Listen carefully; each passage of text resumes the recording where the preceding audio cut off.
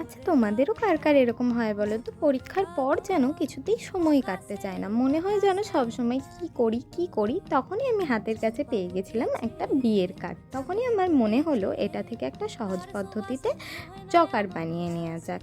আমার কাছে ছিল একটা ডার্ক গ্রিন কাপড় আর একটা ছিল লাইট গ্রিন কাপড়, আর বাড়িতে তো সবাই আঠা কাঁচি এগুলো থেকেই থাকে। আমি প্রথমে কাঁচি দিয়ে ওই বিয়ের কার্ডটা সমান দুটো ভাগে ছোট ছোট সাইজে টুকরো করে কেটে নিয়েছিলাম।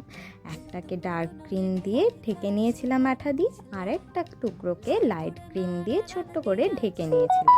এবার ওই দুটোকে গাম দিয়ে আমি একসাথে অ্যাটাচ করে দিয়েছিলাম। অ্যাটাচ করার পরে ওটাকে জাস্ট একটু গ্লোরিফাই করার জন্য নিচে কয়েকটা আমি ঝুমকো অ্যাড করে দিয়েছিলাম। এবার আমি ওইটার দু সাইড সমান ভাগে দুটো হোল করে নিই। এবার ওই দু সাইডে দুটো থ্রেড দিয়ে বল লাগিয়ে আমি পিন দিয়ে আটকে নিয়েছিলাম। ব্যাস, তাতেই আমার তৈরি হয়ে গেছিলো একটা সিম্পল চকার।